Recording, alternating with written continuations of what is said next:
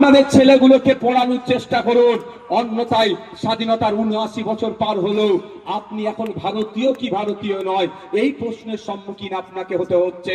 আপনাকে ভয় দেখানো হচ্ছে, আপনাকে চমকানো হচ্ছে, আপনাকে ভুল বুঝানো হচ্ছে, আপনাকে আতঙ্কিত করা হচ্ছে।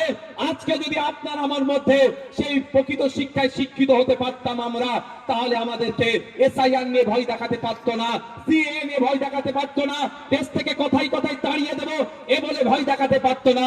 কিন্তু ভয় দেখাচ্ছে একটাই কারণে, সেটা হচ্ছে আমাদের একটাই দুর্বলতা, সেটা আমাদের শিক্ষার দুর্বলতা। তবে আমরা আজকে যে সাফার করছি, আমার একটা বাগদি সমাজের ভাই, আমার একটা বাগদি সমাজের ভাই, আমার একটা গোয়ালা সমাজের ভাই, আমার একটা মুসলিম সমাজের ভাই ব্যাংকে যখন অল্প কিছু টাকা রাখতে যাচ্ছে, তার সঞ্চয়ের টাকা, যখন 1000 বানানটা ভুল করলো টাকাটা কিন্তু তখন ডিপোজিট হয়ে যাচ্ছে।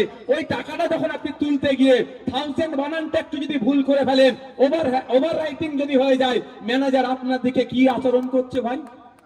কি গো, খারাপ আচরণ করছে তো?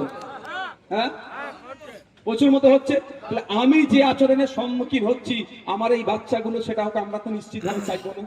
কি গো, তাহলে আমি বলবো আমার এখানে আদিবাসী মায়েরা আছেন, আদিবাসী বাপেরা আছেন, মুসলিম সমাজ থেকে যারা আছেন, বিভিন্ন সমাজ থেকে যারা আছেন, এক বেলা খাওয়া বন্ধ করে দিন, দরকার লাগলে এক বেলা না খেলে মরবেন না, এক বেলা না খেলে কেউ মরে যাবে না।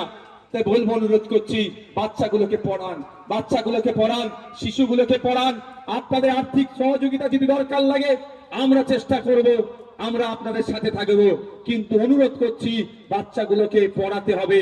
যদি না পড়ান তাহলে আমরা আজকে যেই সমস্যার সম্মুখীন হচ্ছি, আগামী দিনে কিন্তু আমার পরিবারের ছেলেরা আরো কঠিন